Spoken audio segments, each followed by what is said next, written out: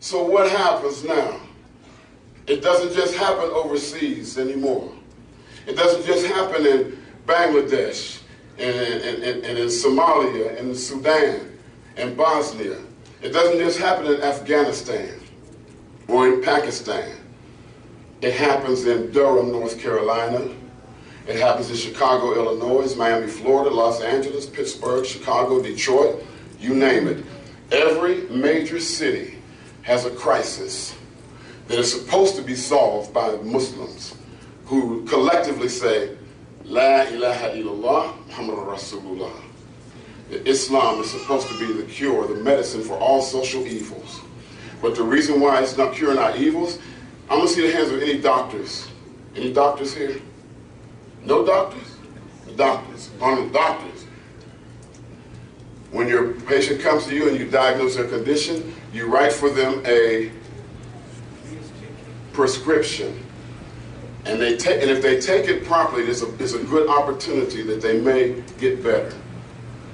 Islam is a medicine for all social evils, but we haven't been taking our medication. And that's why some of us are angry, we backbite, we fight, we kill, we jealous, we envious, right? We commit sinna, we buy skin-tight blue jeans and tight blouses for our daughters and call them cute, right? We buy our boys baseball caps so they can put on sideways and let their pants hang down and say that's the way of the Western world, like we're blaming their attitude on a hemisphere instead of our own laziness. We're out of line, we're not taking our medication. So what happened was, recognizing that, in spite of the fact that there are many major Islamic organizations doing great work in America, such as ICNA, ISNA, CARE, MAS, Islamic Relief, ICNA Relief, and so on. In spite of their noble efforts and gallant efforts, there is still a pocket, a segment of the community that is being inadvertently overlooked. And that is the needy indigenous people of America's inner cities. Because our front end is out of line. We're hitting potholes, falling into the same trap that the rest of the non-Muslims fall into, thinking that the media is supposed to identify for us what our problem is. And all they're doing is reacting to their greed for sensationalism. If we were here to talk about something bad about America, or talk some hateful talk, this room will be packed because the media loves negative sensationalism. Look at the human nature. People drive by a building being built and they keep going. But they like to watch a building being demolished. It's more exciting. Two brothers get into a friendly conversation, people ignore them, no matter how educational it might be. But if we start arguing and raising our voice and swinging at each other, we draw a crowd. People like that. So what happens, there was about 36 leaders, maybe 5 years ago or more, who sat down on the East Coast of the United States, prominent leaders who had already been pouring their energy into advancing the Muslim community. Leaders such as Imam Zayd Shaker, Abdul Hakim Quick, Abdul Hakim Jackson, Sheikh Hamza Yusuf, Dr. Issam Bagby, and many more. And in the circle of this whirling nucleus of prominent da'i was a man by the name of Siraj Wahhaj. And they collectively decided and noticed that in spite of all this great work, that we're still out of line. So they made a conscious decision to align themselves, to form an alliance. Not necessarily a separate organization, though it has to be organized, but an alliance of leaders that are already parts of other Islamic organizations in an effort to make sure that we can put the rest of the human race, beginning with the Muslims, in line. And we like to think of this alliance in North America as the oxygen mask that we have to put on first before the rest of the society can breathe. So they became the Muslim Alliance in North America.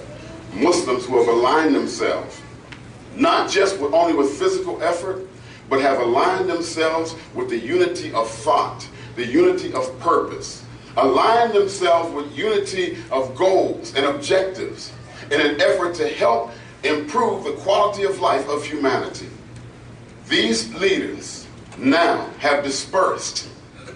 You know, in the movie The Message, where the Prophet ﷺ sent the brothers out to go invite leaders to accept Islam, they have dispersed around America to spread the word that now it's time for us to wake up, smell the roses, and do something to help the less fortunate people, because many of us have been blindsided, and we don't even understand the significance of Assalamu alaikum. May you be protected from evil. Well, peace, God's peace be upon you, but naturally, if God's peace is upon you, you will be protected from evil.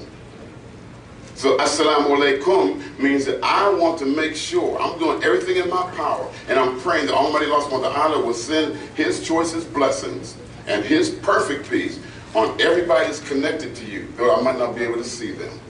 All right? So we can't see everybody in the hood. We can't see everybody.